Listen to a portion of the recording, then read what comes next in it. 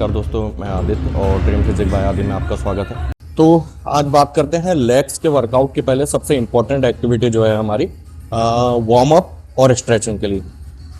आपको इसका इम्पोर्टेंस मैं बताता हूँ वार्म अप और स्ट्रेचिंग का। एक इंसिडेंस मैं आपको रियल इंसिडेंस बता रहा हूँ अपने को जिम के कुछ दिन पहले का। एक भैया है जिन्होंने लेग्स के वर्कआउट के पहले ना वार्म अप और स्ट्रेचिंग किया और ना लेग्स के वर्कआउट के बाद वार्म अप स्ट्रेचिंग किया। तो उनका जो पैर है वो नीचे पंजे से लेकर के ये नीज तक घुटनों तक जो है वो पूरा सूज गया था और काफी फिर ट्रीटमेंट वगैरह के बाद दवाइयां और इंजेक्शन के बाद जो है वो उनको रिलीफ मिला। तो सबसे इंपॉर्टेंट चीज है वार्म अप और स्ट्रेचिंग, एक तो इंजरी से बचने के लिए भी और दूसरी बात आपको नॉर्मल डेज से ज्यादा अच्छा पंप मिलेगा आपके लेग्स हो चाहे फिर कोई भी और मसल ग्रुप हो। इसलिए वार्म अप और स्ट्रेचिंग को कभी भी ड्रॉप न करें। पर्टिकुलर 10 से 15 मिनट कम से कम आप स्ट्रेचिंग को दें, चाहे फिर आप कोई भी मसल पकड़ के उसका वर्कआउट करें।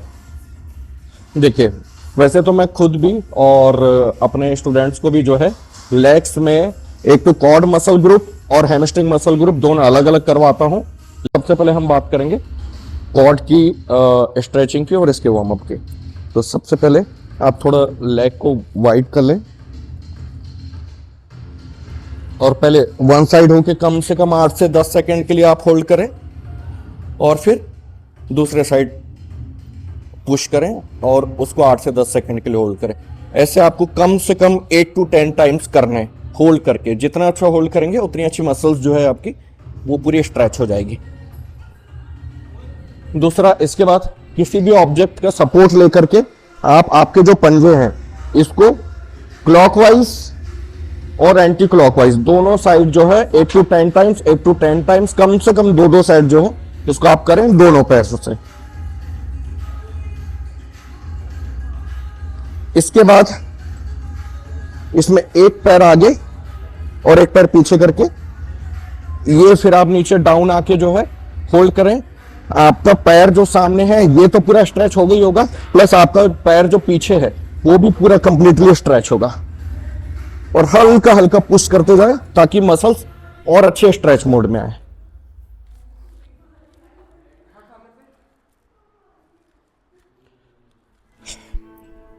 अब इसके एक वार्म अप सेट की बात करते हैं जो हम करेंगे लेग एक्सटेंशन मशीन में। आइए एक्सटेंशन मशीन में आना है और वेट इतना लेना है कि आपका माइंड सेट हो कि इसके कम से कम 20 रैप जो है इजीली चले जाएं और आपको पूरा ऊपर तक आपको पैर जो है ना पैरेलल तक ये पूरे पैर टाइट करने हैं और यहां बहुत माइनर होल्ड करना है आपको ऊपर।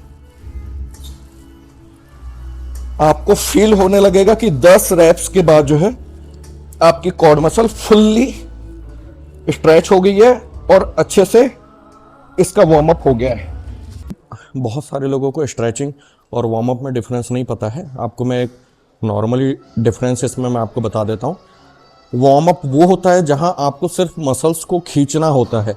जैसे फॉर एग्जांपल हम नीज और शोल्डर के जो जॉइंट्स उसको फ्री करते हैं, इसको सब हमें स्ट्रेचिंग बोलते हैं। ये सब स्ट्रेचिंग के पार्ट है ये। और जहां भी आप या तो बॉडी लोड के साथ यानी बॉडी वेट के साथ या फिर किसी भी टाइप का लोड लेकर के आप मसल्स को एक्टिवेट करते हैं या कोई एक्टिविटी आप करते हैं अपने वर्कआउट के पहले, सेट्स के पहले, उसको वार्म अप बोलते हैं। मतलब हम बॉडी को पहले यूजुअल कर लेते हैं और एक्टिवेट कर लेते हैं, उसको हम वार्म अप बोलते हैं। Okay, thank you so much.